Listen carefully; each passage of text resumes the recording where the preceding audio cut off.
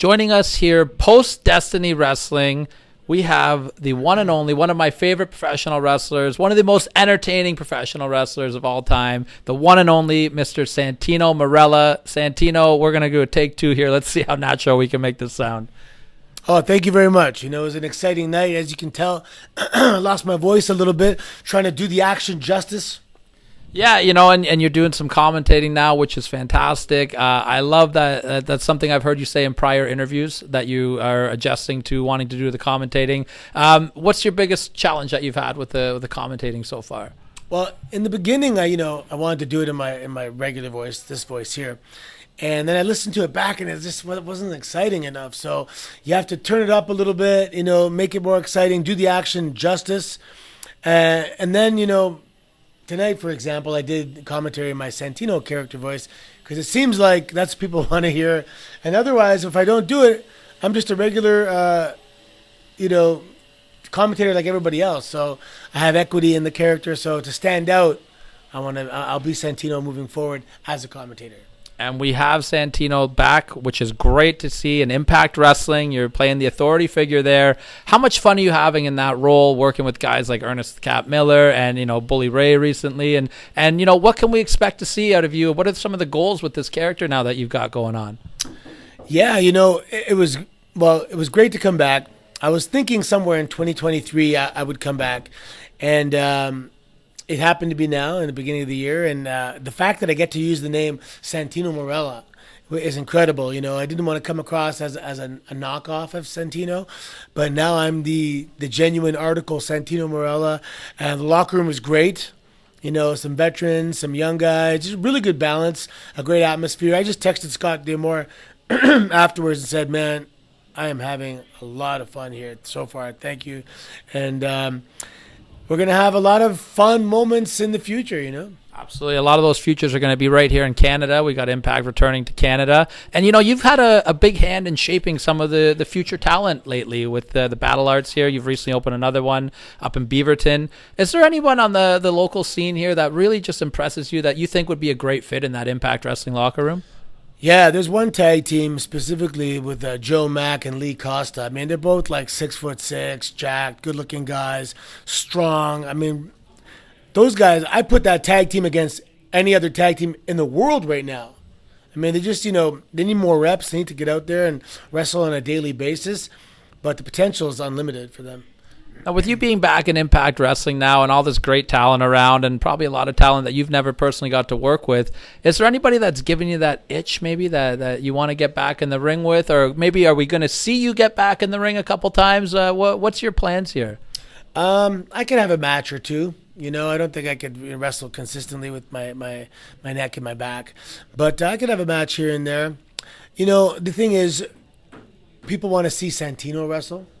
And when I was a fan and when I was training to be a wrestler, I didn't train to be like Santino. I trained to be like a wrestler, So it's kind of it's an honor and a pleasure to be the character Santino and be the comic relief. But there's some guys I'd like to have some real hardcore, wrestling matches with. But I probably have to wrestle like Santino. So there's a lot of good guys. But, I haven't really thought of who I'd want to wrestle yet, though, to be honest. I'll start thinking about it. Well, we're definitely excited to see when that happens, too.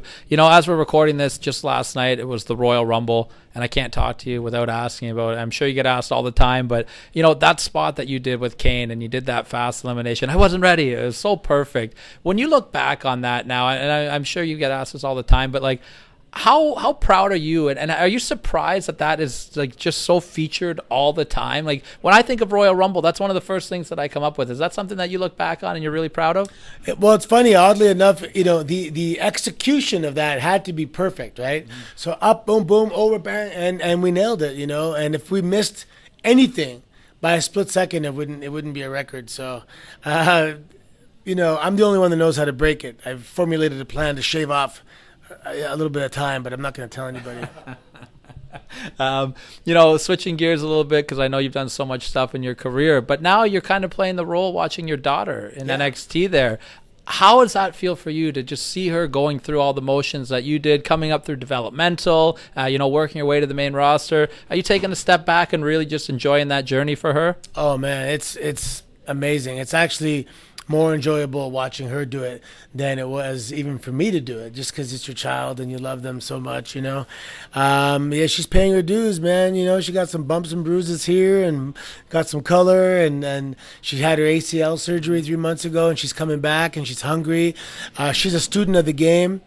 And she understands, just like Cody Rhodes, we were talking earlier, when your parent is a wrestler, there's pressure on you to be like twice as good as everybody else, just to take away that potential excuse that they might say, oh, you're only here because your dad or whatever, right? So she's aware of that. We had that conversation, and she's like the hardest worker in the performance center. They tell me, you know, when I go there, the coaches are telling me this. So that's a good feeling. All she ever needed to be was the hardest worker in the room. She was born blessed with, you know, every all the talent you need, the physical, cutting promos, the work ethic, the intelligence, the, you know, being personable. She's got it all. She's going to be a megastar, you know, and it's going to be awesome to watch. Did you teach her the importance to sell Fear for the Boogeyman, or? Yeah. Well, she did. She was the only one that sold it at the time. She was there. Yeah, with her too, we look forward to seeing her return, and hopefully that's a speedy recovery, right? Just a couple more questions here as we bring it down. We really appreciate your time. You're known for being one of the funniest people inside of a ring, and you also have the reputation from interviews that I've read of being one of the funniest people outside of the ring as well. Did you have any people that you just kept breaking up in the ring? Like, was that something you went out there to try to do, or is that just natural for you? And do you have any fun stories of getting people to break in the ring? I do try and break everybody in the ring, to be honest. I used to enjoy breaking referee Mike Chioda in the ring. Yeah, we used to get him all the time. You know, there's stuff you can say in the ring that people can't hear, so I would use foul language and borderline loud enough so people might hear it, and he'd be like, "What the heck are you doing?" Yeah, it's Jack Swagger. I wrestled many times, and we had a match that we would laugh ourselves. It was so funny. And, yeah, when the wrestlers are laughing at their own match, you know it's going to be a good match. Absolutely. And you made us as fans laugh all the time. You know, John Chanas, all the funny names. I absolutely love that. The last question I want to ask you, with all the amazing stuff that you've done in your career, you know, your big debut, winning the IC title, WrestleManias, Royal Rumble moments, do you have any moments that are just personal for you that you look back on and they just make you smile? Yeah, I think winning my first title ever was the OVW Television Championship. That's like one of maybe my favorite memory of my wrestling career. You know, it was an incredible night. My Mr. Stronko intercepted the cane, and you can probably even look that up somewhere. It would have been Boris Alexiev wins OVW Television Championship. You can probably see the match there. Mike Krul was awesome. Dean Hill calling the action with the guy. It was, yeah, I got goosebumps. And at the time, my roommate at the time was Damian Sandow. And he was the OVW heavyweight champion. So we had both titles in the house. It was good times, man. I was younger.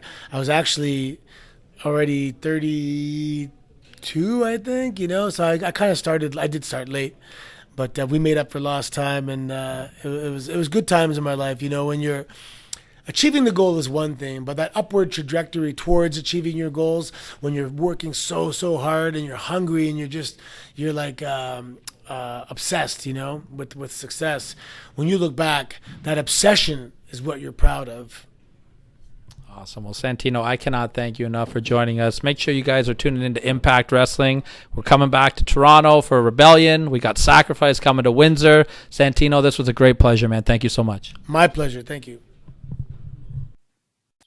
This is the Zombie Princess, Jimmy Jacobs, and I want you to keep listening to Count It Out with Mike and Tyler. And hey, I'm a princess. I always get what I want.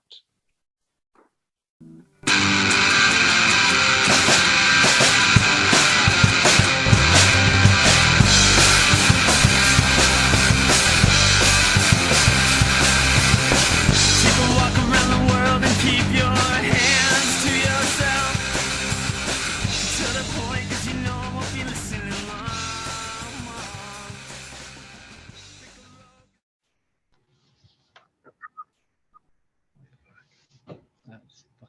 I told you. Mine does not do that. Every time. Well, we are live, pals, and welcome to the strongest mojito edition of the Bill After Sealed of Approved Count It Out with Mike and Tyler. My name is Tyler, and I am back this week, joined as always by the one and only whatever the fuck it is The today. real mojito, Mike. I came out. I had to do mojitos this week, man. I had to. Well, you did mojitos. I had Oof, one sip of is- it, and I was like, I'm done It with is that. strong. No, I had my very last class today. I am done school, so I wanted to get it all nice and toasty. Yeah, we are on the countdown to amazing wrestling time here. Yeah. 4 weeks in a row for me of great wrestling. I did Barry Wrestling on the weekend, That's right. which I want to talk about in a moment. I want to talk a little AEW today. You said that you have a fun hypothetical you want to talk I about, do. Yeah. and I want to thank. Well, a conversation piece. Yeah. I want to thank Adam for tagging in for me last week. See what I did there? Adam just tagged in for you. Adam was you last week. Yeah, Adam did me better than I do me. Well, That's what she said. This week I'll be counting down the top 7 tag team wrestlers of all time. oh, you're gonna actually do it this week. I'm doing it. Yeah, all right. Yeah. Cool. I've been working on this list forever. 6 months at least. It's been here and there, gone back and forth. Because I on think it. I came up with the idea for this list, and I shot it to you. I said, "Listen, you're the tag team guy. I think you should do this." And you're like, "Yeah," and that was a long time ago. Yeah, I'm proud. I think I did well on this list. I got some nice guys We'll that are see. gonna make you think. We'll see. Yeah, we'll see. I'm excited about it. I want to give a shout out to just the weekend I had at Barry Wrestling. Fuck, it was so good, man. I had the absolute honor to do the ring announcing for the current Impact Wrestling heavyweight champion, Josh You Alexander. announced one of the best wrestlers in the world right now Top to the 5. ring. I think top 5. You know what I mean? You announced the current reigning defending Impact champion, which is actually cool for us because everybody knows we're big Impact fans right now. And so it's extra cool that you got to, we've been really waving the flag from back on this show big time. And we've been waving the flag for Josh for a long time. I think we've been waving the flag for Josh longer than we've been waving the flag for Impact. Yeah. So the fact that you were able to not only announce him to the ring, but then be handed Yeah, that's what I was that gonna title. say. So You held that belt in your hands. it was really funny because I really wanted to watch the main event. Josh and Clutch Jesse V had a fantastic match, and I finished my ring introductions, and all of a sudden I look up and Brad Myers is reaching over to hand me the Impact Wrestling heavyweight title, and I was just like, oh my God. And I just couldn't stop staring at the belt. It just sat on my lap. And then I gotta this is a little fun story here. So I of course took a picture of the Impact title, Mhm. and then I held the belt up and took a little selfie of it because like it's so cool. Right. I'm marking out, and no one gives a fuck what I'm doing. Like I'm just sitting there while the match is going on, right? But then I noticed a good friend of ours, Brian, the photographer Brian Weiss. for Ontario Brian Weiss, Ontario one of, Wrestling. one of the best photographers we know. I will say the best wrestling photographer in Ontario, 100%. hands down. And there's some great photographers. I'm not trying to talk. No, shit no, about I'll anybody. never talk shit about like shooting the Indies or anything like that. Fantastic But work they but, do. but Weiss Shot Me that's where you go if you want. Not just wrestling, like if you're looking for a photographer, Brian's the way to go. man. yeah, and I feel like I'm like a made man now because I got my first photo shoot done with Brian. That's and right. He even let me keep my pants on. That was nice. Disappointing, but Not like any photographer I ever met. so I kind of was like watching where Brian was, and I was like, So I took the Impact title and I just propped it up so it looked like it was around my waist, but I was just kind of holding it, so it didn't look like. Yeah.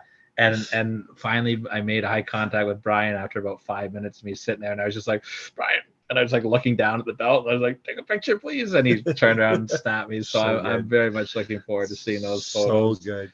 So think about this now. In the span of a month, you have held 2 different Impact titles in your arms. Yeah, we got the chance. And if then, he's and still then, the in a, champion. and then in a couple weeks, If he's still we're the going to be champion. seeing Trey Miguel. Yeah, if he's still the champion, I might get the hat trick. Stop with the if. This is Trey Miguel we're talking. Yeah, I hope he's still the champion. He will still be champion. Uh, This is Trey Miguel we're talking. Yeah, we're gonna pop into the awesome toy show in Mississauga to see Chris Van Vliet and Trey Miguel, and Absolutely. Aiden Prince will be there as well.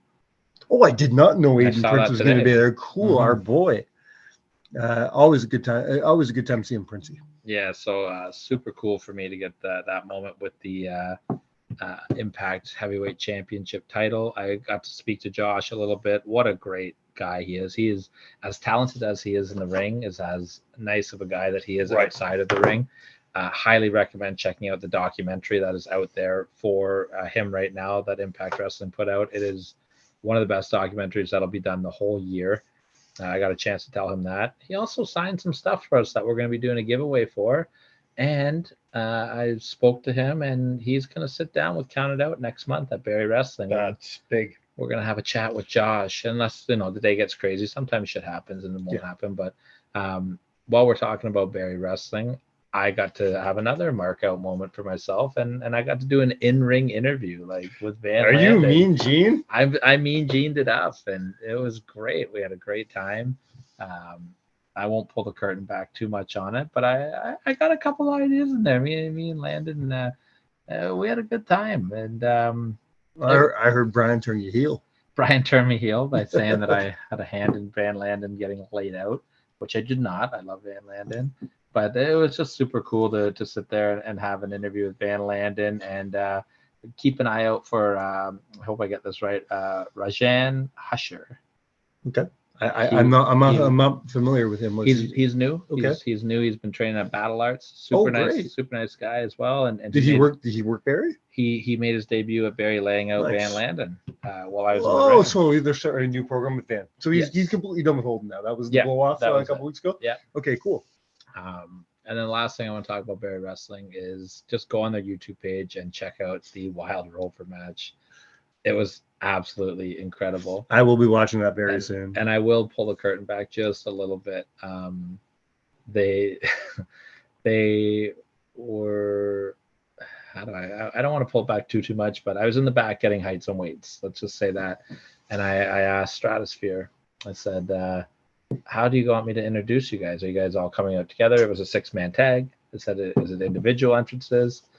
And as a joke, as a one-off, he was like, fuck, you know what we should do? We should just come out like a soccer match. That'd be amazing.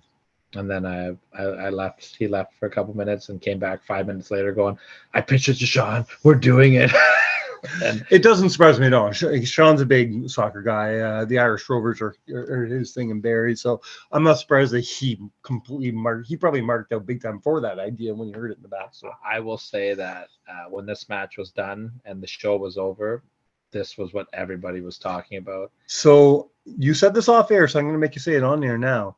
You're putting this match ahead of the Christmas death match from 2 years ago. I am. I think this is my favorite Barrie Wrestling match of all time. Okay.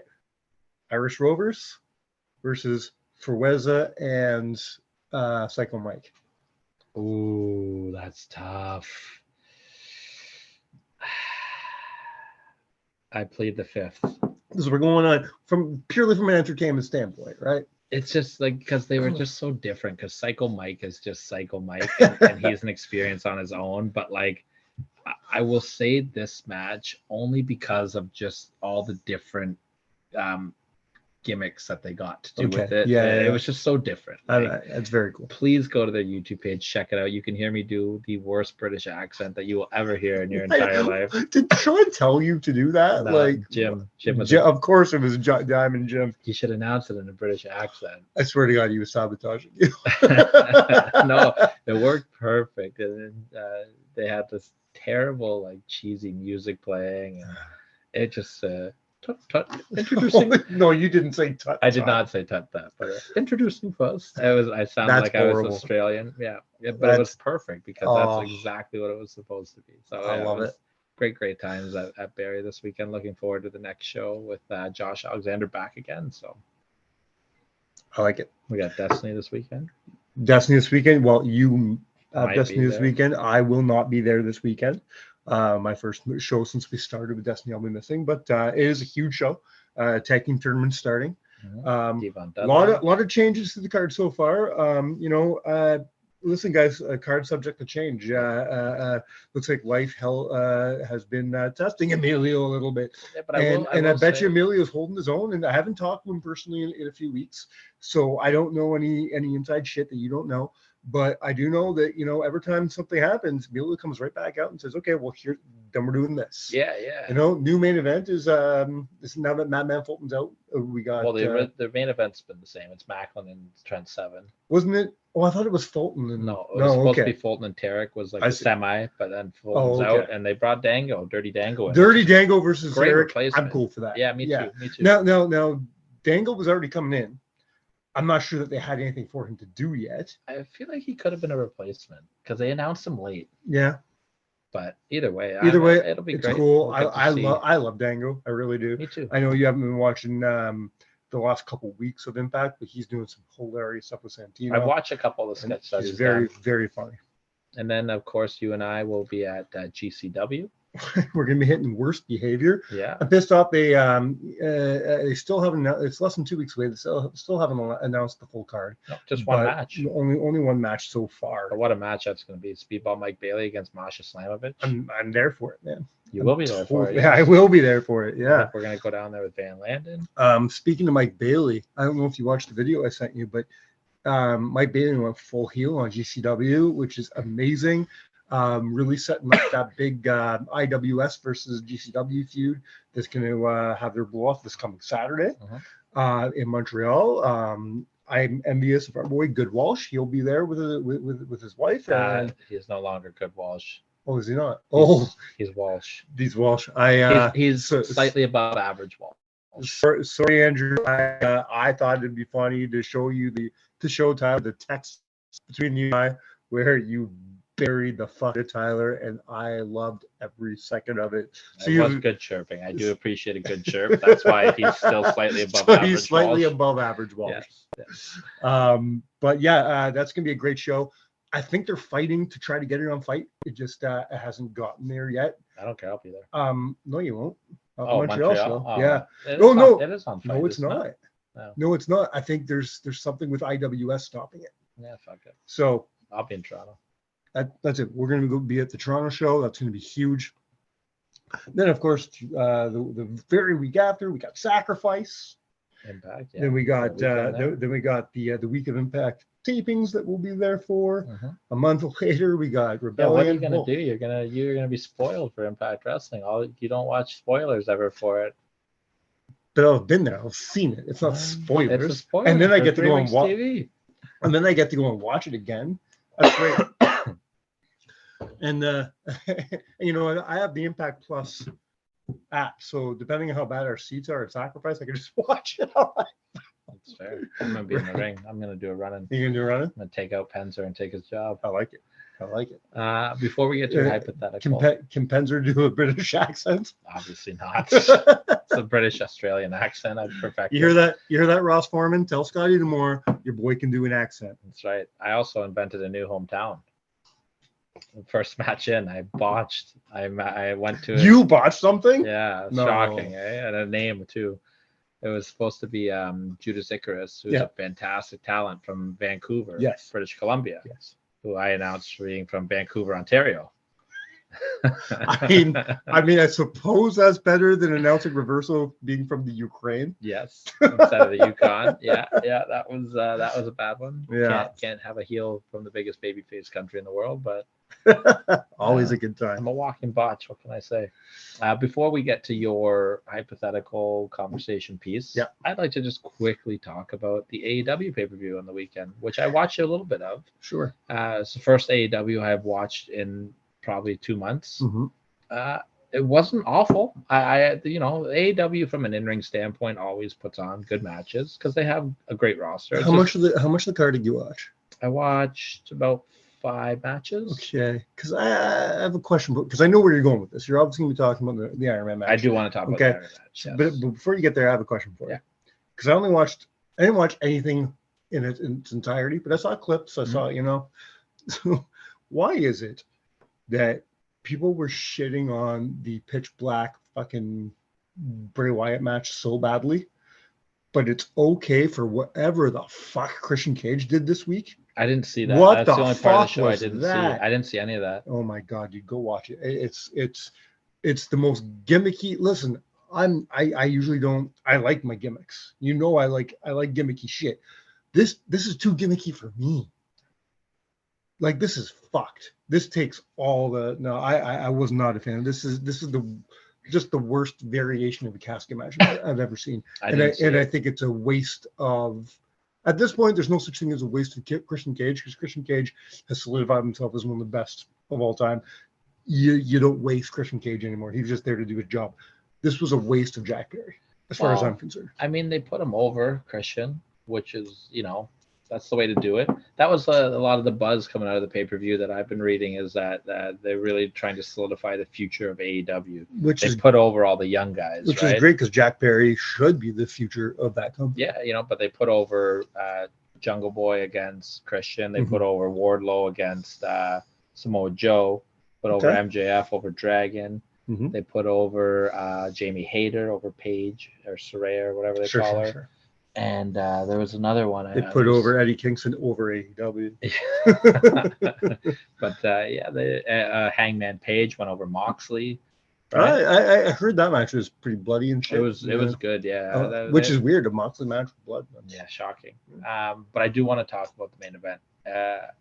I don't like Ironman matches. I've never liked them. Yeah. I don't like the fact that I have to wait. Like, you know what I mean? Like, it just, no one cares till the last 10 minutes. Give me a half an hour Ironman match. I don't like them. I'll give me a 2 out of 3 falls match. Yeah, I'll take a 2 out of 3 falls match. And it's not even the time thing. It's like, give me an hour long match. I'll watch an hour long match. But I just don't like knowing that, like, it doesn't matter what happens. Yeah. Right. I got you. This was so incredibly well booked that it didn't feel like an Ironman match, even though there was like 6 falls apiece in it. My personal favorite spot of the match was, I think MJF was up 1-0, and then Dragon tied it up 1-1, and then about 30 seconds later, MJF low blowed Dragon in front of the referee and got disqualified. So he was down 2-1. But because there was no rest periods in between falls like other Ironman matches, he pinned him twice in a row. Okay, that's a cool spot. I really thought it was great, because it was like, he got the heat with the low blow, right? And then he pinned him 1, 2, 3, but then he pinned him again. Yeah. Like, I've never seen that before. Because the two things, and then he was up in the falls now, right? Because the two things I don't want to see in an Ironman match anymore. Number one is no pins. I don't mind no pins, because then it feels like it's just been overdone at this point. And it kind of takes away what an Ironman match is supposed to be. Also, like, and I know it's not overdone by any means. It's only happened like fucking a handful of times, but the overtime shit, I never need to see that again. Yeah, and they did it here, and it worked. It did. Because I'm with you on that too. All right. The other thing I really liked about this match is that they didn't do, I'm going to call it Survivor Series falls. So, in like a Survivor Series match, like, you just do like a punch in the face and all of a sudden the guy gets pinned. Yeah. Like every time that there was a fall, it was legit. Like, it was a finish. It was I used to like, it was like well done. Like, it wasn't just a bullshit like, oh, we need to fall. I used to justify that in Ironman matches, because to me it was like, okay, listen, that looked like a really easy fall. But to me, if I'm a competitor, I'm saving energy. I'm going to take this because I know I'm going to come back and get to it. You know what I mean? You can justify it, but you can only justify it so far until it stops making any sense. Yeah, and these guys really, I'm not a huge MJF fan. I think he could be doing better than what he's doing. And we'll talk about that in a second. But I will tip my cap to him. He looked like he belonged in the ring with the American Dragon, Bryan Danielson, who is probably in the top 5 greatest wrestlers in the world as well. I'll leave my opinions aside until I get to watch it. Yeah. I'm a harsh critic of MJF. Harsher than you, because you at least respect his in-ring work to a degree, and I don't. I don't think he's a great wrestler. I've seen him have some good matches. So I will I'm always looking to be proven wrong. This is one thing about professional wrestling that I don't think enough people have this mindset. I always want to be proven wrong. Yeah. When I have a negative opinion about a wrestler, I want to go in. Prime example. It took him fucking 15 years to do it, but Matt Cardona proved me wrong. Chelsea Green proved me wrong. There's so many wrestlers over the years that have, made me think one way about them and then have completely turned me around. Yeah. And that's what I want, because I don't want to have negative opinions. I don't want to dislike a wrestler. I want to love wrestling. I want to love all wrestling. Make me love your wrestling. Yeah. I want to like MJF. Here's my thing. But now I don't. Here's my rant with MJF. It's time to cut out the indie bullshit. Mhm. It's time. Agreed. He's better than that now. You know what I mean? You've had programs with, but that's the problem. I don't think he is. I don't think he knows how to get over. There's no reason to ever throw a drink on a child. And there's so many fucking people justifying this. But there's no so justification. So many people justifying this. You know what it is? It's cheap bullshit heat. And it's indie bullshit. And AEW, after how long have they been around now? 5 years? Yeah, we're coming on 5 years, I think. They're at the point now where they shouldn't have to utilize this. Yeah. They shouldn't have to. They are, as far as I'm concerned, when I see shit like this, because you use the proper word, they are the biggest Indian organization in the world right now. Yeah. It's because that's how they're acting. But you know what, though? Like, AEW's got enough black eyes and blemishes over the last year. And I'll go back to the scrum, because it always goes back to the scrum. Mm-hmm. But, like, that damaged their company. And then all the backstage fights, that damaged your company reputation. Now you have not only MJF, but your world champion throwing a glass of tequila on a kid. Legit, too. Like, yeah, you can't. Yeah. You're not on the indies. Like, it didn't act like, but there's no excuse now because it's been 5 years. Mm-hmm. There's no excuse now because you've worked programs with Jericho, with Moxley, with Dragon, with guys that. And I don't want to hear the shit. I'm reading it all fucking week. I want to hear your shit about, but he's a bad guy. Bad guys used to do this all the fucking time back in the day. We're at a point now. If you need to keep getting over like this, listen, he was getting this shit over like this on the indies, fine. Different. But he is now one of the biggest and most recognizable names in our fucking business. If he still needs to be doing this shit to get his name out there, then he's fucking up. He's not good enough. And I won't say that he's one of the best heels in the business. I won't say it because I don't think he is. He's not. Because, he resorts to that type of bullshit. You know who a great heel is? Dominic Mysterio. Dominic Mysterio is a great heel. Bully Ray. Roman Reigns. Roman gets cheered a lot. See, Bully, here's the thing with Bully. Bully doesn't get cheered, ever. No. But Bully did resort to the MJF style for a good chunk of his career. And then he got to the big time. And stopped. When was the last time he spit on a kid or did something that underhanded or even called a woman a whore or something like that? You want to know what happened to Bully Ray? It's that famous story. I don't know if you ever heard the story he tells about when they signed with the WWE. Because Vince has got balls, right? Right. Vince is Vince. And Bully Ray goes, just to let you know, we're heels. So we don't sign autographs. We stay as heels. Mm-hmm. And Vince just laughed at him, pat him back, and said, now you're going to be signing fucking autographs. Like, you work for me now. You're in the big times. Yeah. And that's it. And it's time to act like it. In the first couple of years of AEW, I respected MJF for kind of bringing back that era of kayfabe and keeping to that, thing that he did. But we're at a point now where you don't need. Listen, you want to keep the character. You want to keep going out to signings and not sign or be rude to a kid. I'm fine with that. He threw tequila on a child. I'm not fine with that. He threw alcohol on a child, and it's being justified by so many fans. And now people are like, oh yeah, well, it's okay. He's happy now. Tony brought him to the back and he met Hobbs and everybody's happy. Doesn't matter. Don't fucking care. Doesn't matter. Right? It's dumb. But on top of that, like all the stuff like being rude to fans at signings and stuff, that's not on national television. Yeah. Right? You wanna, keep your kayfabe up, that's fine. But when you get on TV, act like you're in the big time. Yeah. I mean, it goes all the way back to your Paul Bearer story, right? Go sit down, He, kid. he was Get the he fuck was out of me. keeping He kayfabe, didn't swear at me. but he didn't throw tequila on you.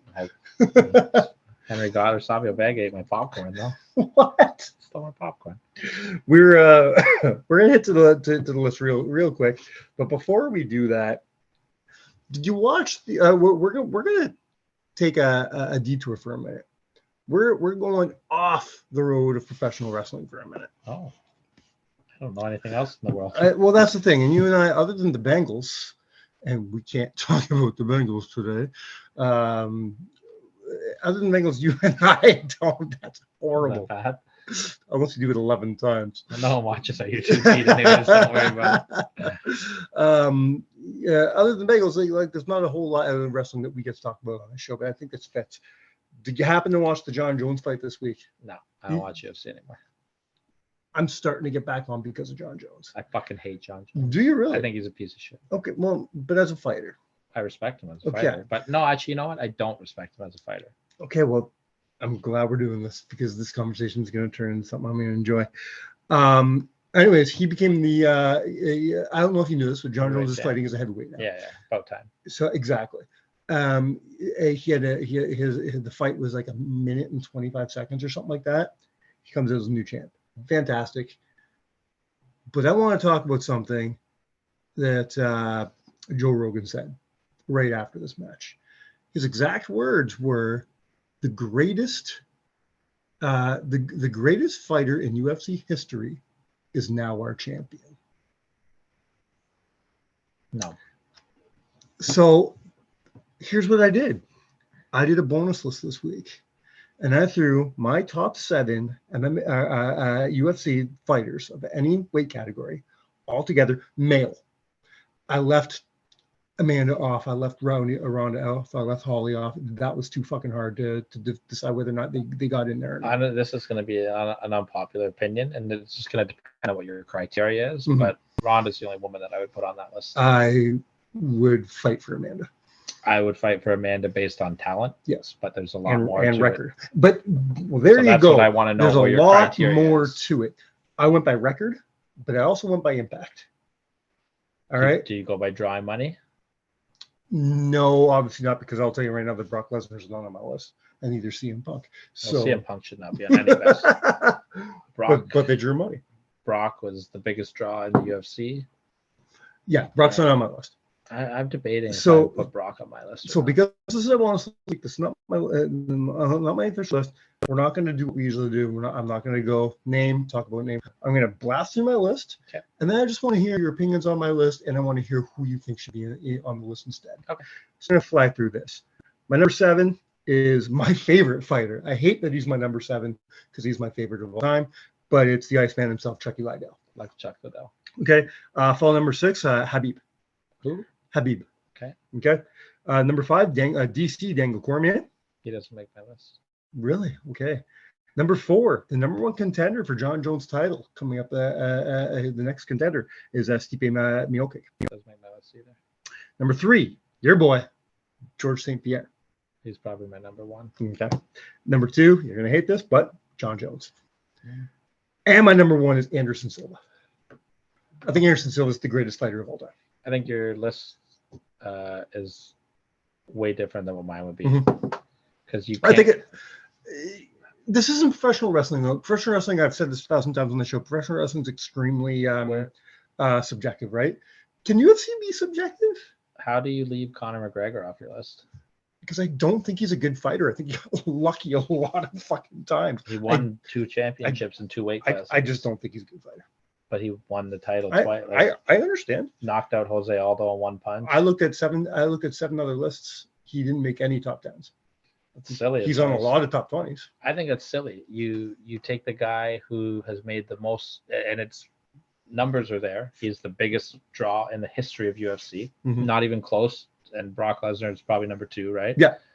He's won. Which is again, if I was going by drop hour, yes, Conor would be on this list. But he won 2 titles, 2 different divisions. Yes. I don't think he's the greatest fighter of all time. Listen, if I agree with you. I think that if I was to put, and maybe because I think that was on my list. My list was best fighters, and I don't think he's a great fighter.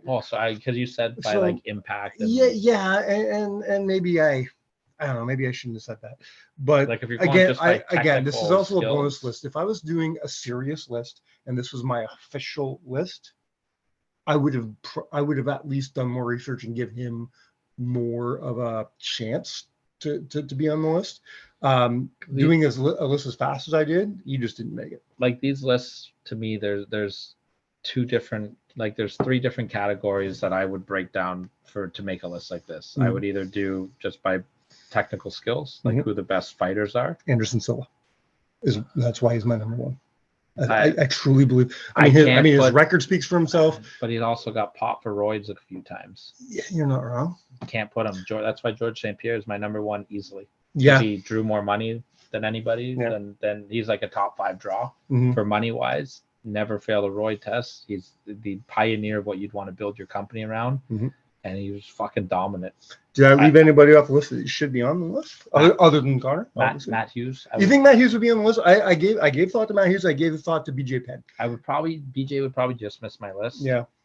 Matt Hughes was one of the guys that built the UFC. I would argue putting him, if you're going just by skills, then I'm sorry, but Chuck Liddell doesn't make the list. Yeah, I know.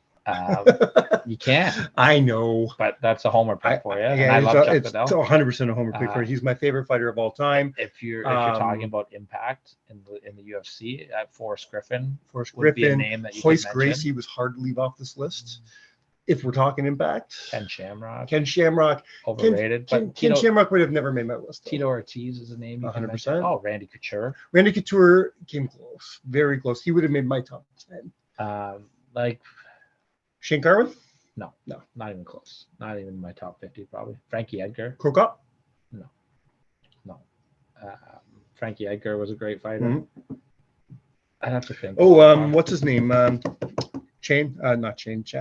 Cain Velasquez. Cain. He wouldn't have made my top. But no. Sonnen. Chael Sonnen? Yeah. That's good. Top 10 maybe. No. No, he never won. Top 20. Again, I saw Chael Sonnen fight live. Yeah. Saw him and Jon Jones fight. I like Chael Sonnen a lot. Like, here's the thing though, with a guy like Jon Jones, I can't give him that high of a spot because of everything that he's wasted. He's a waste. Yeah. He's an embarrassment to the sport. Like Joe Mixon. Yeah, Joe Mixon sucks too. But like, how many times has Jon Jones been arrested? How many times DUIs, fucking roids? Like, to me, it tarnished his entire legacy. And Jon Jones would have went down in history, in my opinion, as the greatest fighter of all time. It wouldn't even be fucking close. Right. If he just had his shit together. If he had his nose clean. But I just think it's too little, too late. So it's not enough to get you back on the bandwagon. No. I think to be honest, I think it is for me. I mean, I will always cheer for the guy to pull his shit together. No, and not only me. I don't know if you realize this, if you had this same experience I did on Sunday, or Saturday rather, but for the last, I'd say 2 years, I don't get phone calls at my store anymore saying, "Hey, are you showing the fight anymore?" Yeah. I got no less than 20 calls that day saying, "Hey, are you showing the fight? Are you showing the fight? Are you showing the fight?" I don't get those calls anymore. People are interested in UFC again. And I think it's Jon Jones doing it. Jon Jones is a draw, absolutely. But like I said, it just depends on criteria. If you're doing the whole package of like drawing power, lasting moments, win-loss records, I think Conor McGregor has to be the guy because I think he's just done the most for the sport. I hate that so much. Me too. I hate that you're right. This is what I mean. Right. Like, and then GSP would probably be my number 2. Yeah. And then you put Brock? No, Brock would be in my top 7 though. I don't put Brock just because he was very inconsistent. Yep. Yes, he was a draw, but he wasn't a draw because he was a great fighter. He was a draw because some of the most memorable moments in the history of the UFC. 100%. If you're going by the whole package. Yeah. He came in as a former WWE wrestler, and that helped him. And then it was his look. He looked like a fucking tank. Promos. His promos. But my God, he was a wrestler in a fighter's world. There's only about 3 or 4 people in the history of the UFC that had that feeling. You can't describe what it is to watch a Brock Lesnar fight. It's like, it's excitement, it's craziness, it's this guy sucks. Is he gonna do good? Like, there was something. See, I think Jones might be in that category. That he used to be. and I would personally put Silva in that category, but that's because he's one of my favorite fighters. Anderson Silva used to be an enigma. Yeah. And then again, fall from grace, man. Like you tarnish your legacy. You know what I mean? All right, let's go from MMA to tag teams. Yes. So we're not talking about tag teams today, though. No, we're talking about tag team wrestlers. Yes. Which I love. I love the concept of this. So basically, it's the people that have found the greatest success being in a tag team. So, for instance, a guy like Shawn Michaels has had many tag team championship partners. Mm-hmm. Now, does that mean that he would make my list? We're gonna find out. We'll find out. Yeah. I'll tell you for me. But it would also be like I'm gonna guess it's somebody like a Bret Hart. Does he classify for your list, knowing that he only had one successful tag team? No. Okay, so you have to. He's one of the greatest tag teams of all time. Right, but you have to have proving yourself that you can do it with multiple partners. You know what? I'm going to tell you what my number 7 is. I have done it with multiple partners. I have not done it with any partners. I will tell you what my number 7 is, because I think my number 7 is a perfect example of what my criteria for the list is. Okay, cool. So my number 7 is Lance Storm. Okay.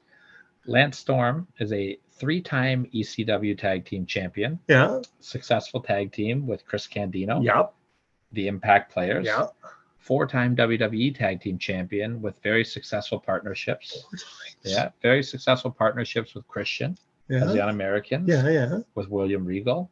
Oh, I forgot about that. Great tag team with Yeah. Regal. And a very forgotten tag team title run with Val Venus when he was Chief Morley.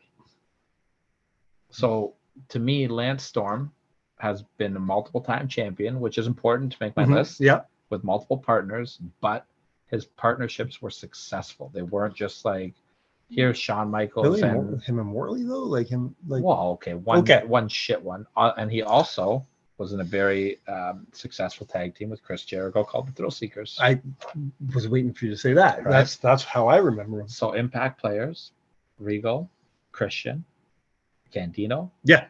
all champions. I all top draws. wouldn't have thought of Lance, but good start to your list. Yeah, I think it's a 100%. good place for him. Yes. So yeah, that's how I base Okay, my so criteria. that gives me a good idea of what we're gonna see going Yeah, on. because it has to be So based multiple on successful. because already based on that, I know I can think of 4 names I need to see on your list. Well, so we're gonna see. We'll see. My number 6, I went with Edge. Yeah. Okay.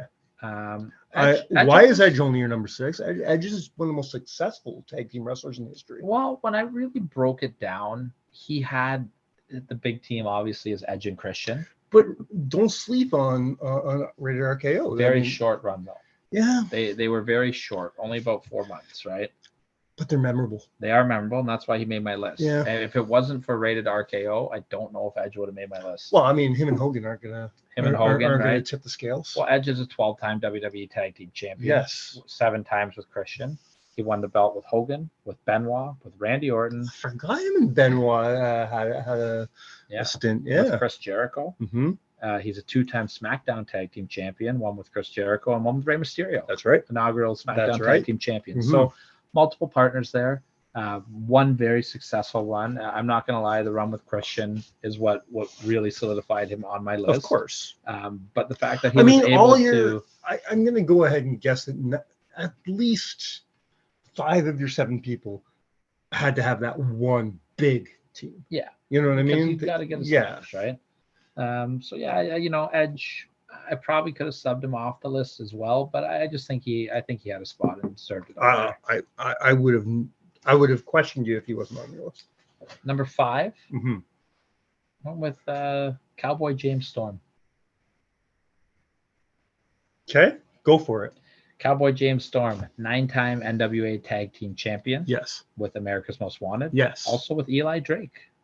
Okay. Had the run. Still NWA Tag Team Sure, Champion. but he needs more than that to make this list. Also a quick run with Christopher Daniels. Okay. 7-time NWA TNA Tag Team Champion with Bobby Roode, with Gunner, and with Abyss. Okay.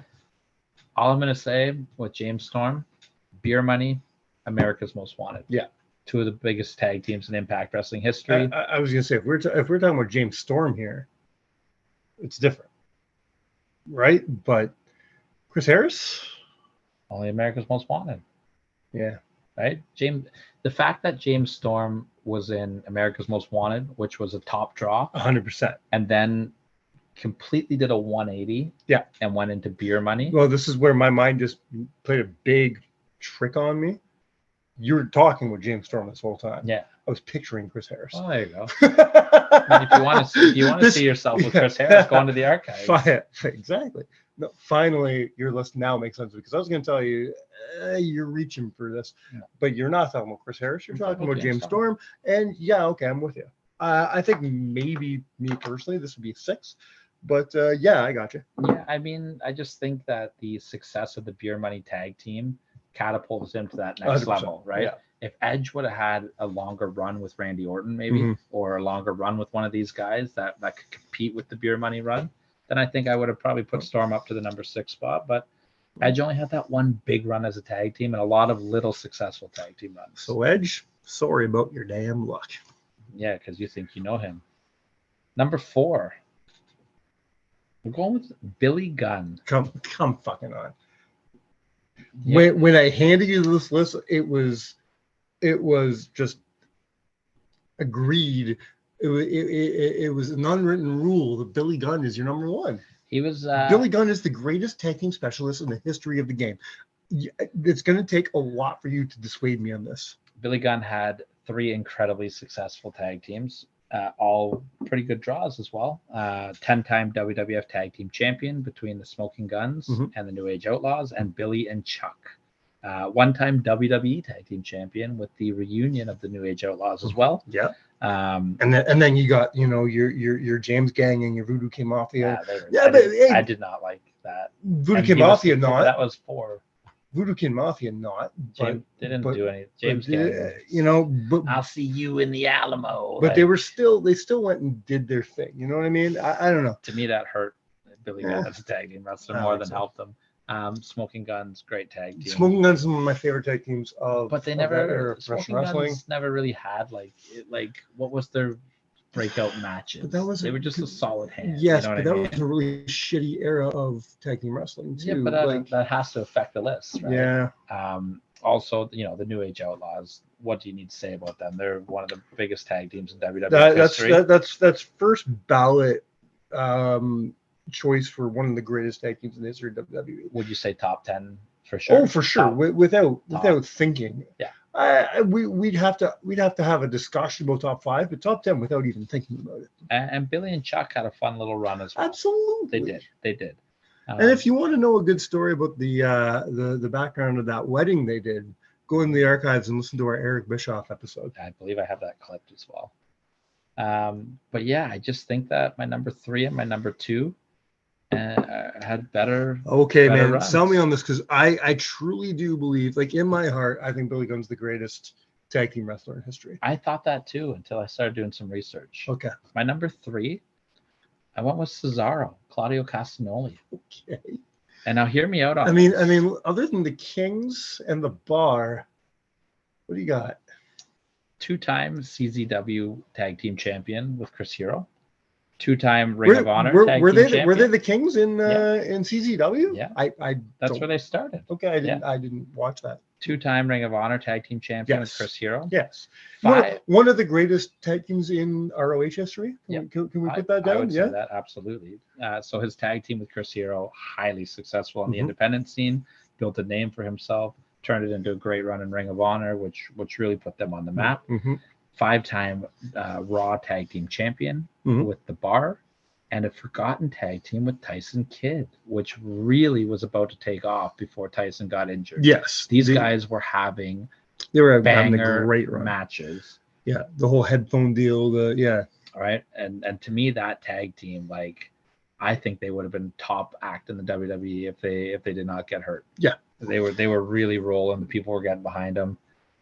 Also 2-time SmackDown Tag Team Champion with Sheamus in the Bar, and a little forgotten run with Shinsuke Nakamura. Oh, yeah. But I mean, if I'm looking at these tag teams, I'm more impressed. How sad is it? I mean, think about it on paper. Shinsuke Nakamura and Claudio with Sami Zayn as their manager. Two of the greatest wrestlers of the past 20 years with one of the greatest mouthpieces and wrestlers. You know why though they got lost? Thunderdome. Yeah, you're not Right. wrong. Yeah, it was the COVID era. It's hard. So when I take a look at Claudio's 3 big tag teams, Mm-hmm. they impressed me more than Billy Gunn's 3 big tag teams, other than the New Age Outlaws, which the New Age Outlaws are the biggest tag team probably on this list. See, I think the New Age Outlaws at least earns Billy a top 3 spot. But you can see But in I'm my really fight for having, Sabaro, yeah, I can really see why you struggled here. I don't let Claudio win struggle, to be honest, but I get what you did. and for me, it's a personal thing. I just enjoyed his tag teams more. And Smoking Guns were great, but listen, I loved the bar. if you're going on match I love the quality, bar, but the Kings of Wrestling is one of the greatest tag teams outside of WCW or WWE. Sorry, I'd say they're like you got your Briscoes, you got your Steen and Generico, and then you got your Kings of Wrestling, I think, right? yeah. Yeah, I mean, American Wolves, American Wolves, but I think I put them over the Wolves. tough. It is tough, but That's a whole different list. But with that said, let's be fair. You got your Kings of Wrestling, you got your Steens of Jericho thing, you got your fucking Briscoes. Them boys are up there. Let's just be fair. Yes. Mostly Machine Guns also. Yeah. Oh fuck. Kaz and Kazarian and Yeah. Daniels. That's a tough God, list. you ROH, man. Well, how about we stick to this list then? This was hard enough as it Mm. was. My number 2, it hurts my soul that this guy is on my list because he's not one of my favorite wrestlers on the planet.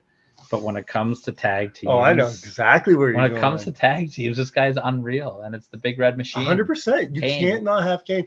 When I found out that Billy was your number 2, now I have no idea who your number 1 is, because when I found out that Billy was your number 4, I'm like, okay, Kane's got to be his number 1. He's got to be, because Kane. The only thing missing from Kane is that one big team.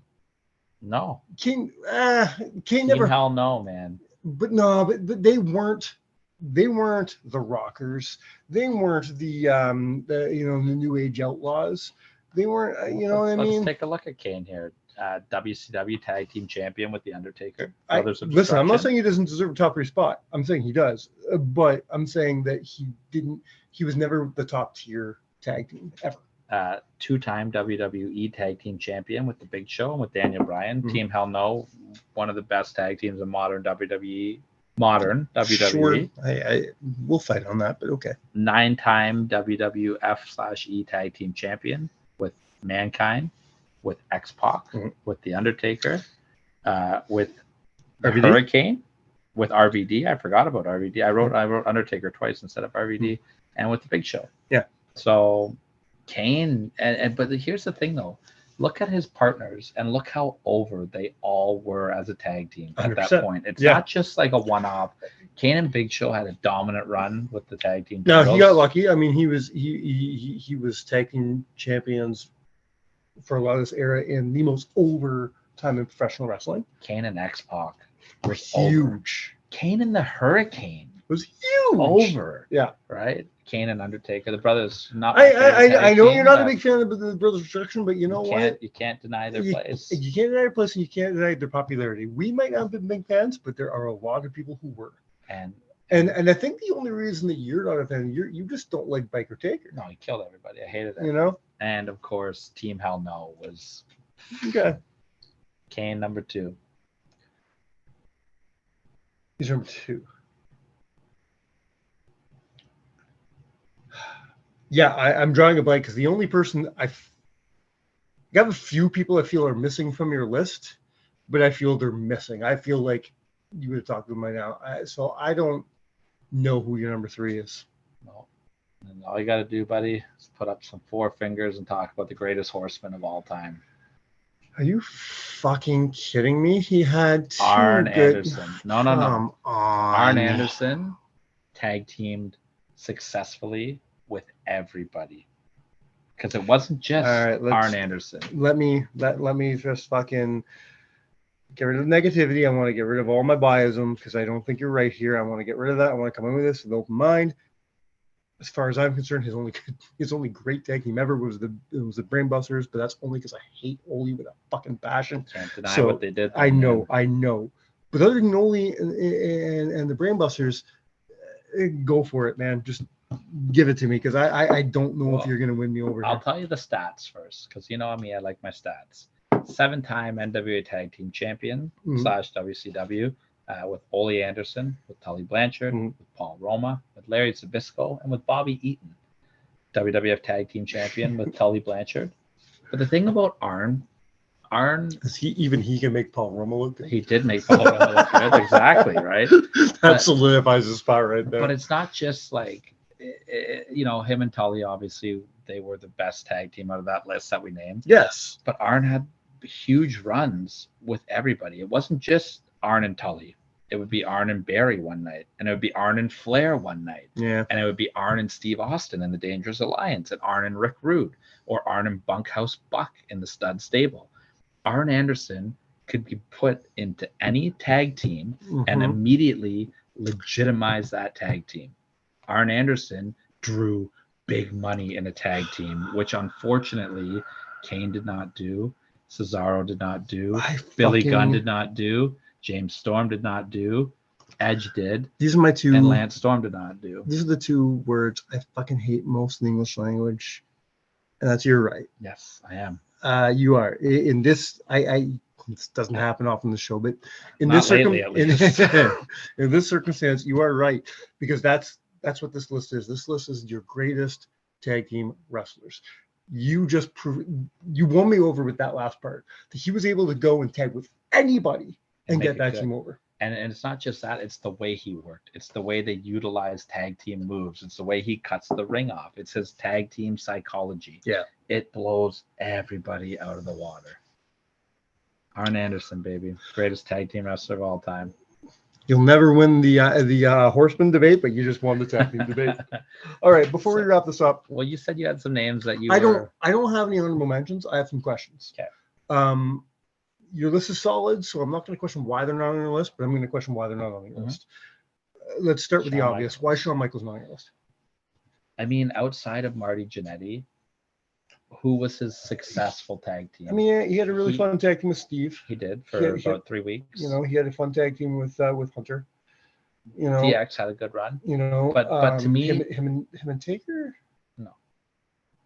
To me, Shawn Michaels never felt like he was a tag team wrestler again after the Rockers. It was always a single star. When it was with Steve Austin, it was partners who can't get along. Yeah. That's not the definition of a good. Shawn Michaels' reputation is turning on every single tag team partner. That does not mean you're a good tag team, Sean. I think his 2006 run with Hunter, I think should at least garner some consideration for it. But I'm not mad at it. I mean, like, yeah, but if you compare it to the other people on this list, like Sean's after the Rockers, he was never a tag team guy again. He just occasionally got himself into it. Couple Sean other and Diesel was good. Couple other questionable names. Owen Hart. Owen, I put some serious thought into putting on the list. As you fucking should have. I mean, let's just break this down. Not in any timeline order, but his most successful tag team, obviously, with the Bulldog. Yep. One of my favorite tag teams, one of the greatest tag teams in WWE history. I agree. Then, and we talked about this a couple weeks ago. I know people laugh at me for loving them so much, but him and Yoko had had a very successful team. Then you have him and Coco, you have him and Anvil. You know what I mean? Unfortunately, they were duds. I think High Energy were duds. I don't think the New Foundation was as much as they just didn't team long enough. Yeah. Now Owen was a great tag team wrestler. Him and Jeff Jarrett. Yeah, he was the hardest name to leave off my list. I feel like there should have been more consideration for Owen. And while we're on the subject, let's talk about the British Bulldog. You know, I think you only need 2 teams just for him to make this list. And that's him and Owen and him and Dynamite. Basically, I had to choose between Owen. Originally, James Storm was my number 7. Mm-hmm. And I was fighting between Owen, James Storm, and the Bulldog. I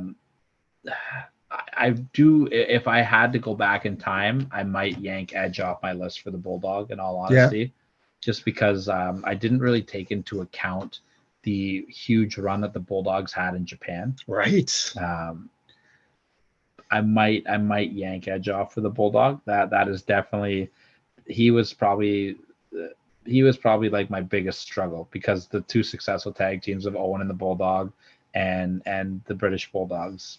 You know, that's my reasoning why James Storm was on the list. I understand when you think of the Bulldog directly. I think there's two camps. You think of him as being this tremendous tag team guy, or you think of him as being this tremendous Intercontinental champion. You know what I mean? I always think of him as a tag team and guy. so do I. But most people think of the Bulldogs.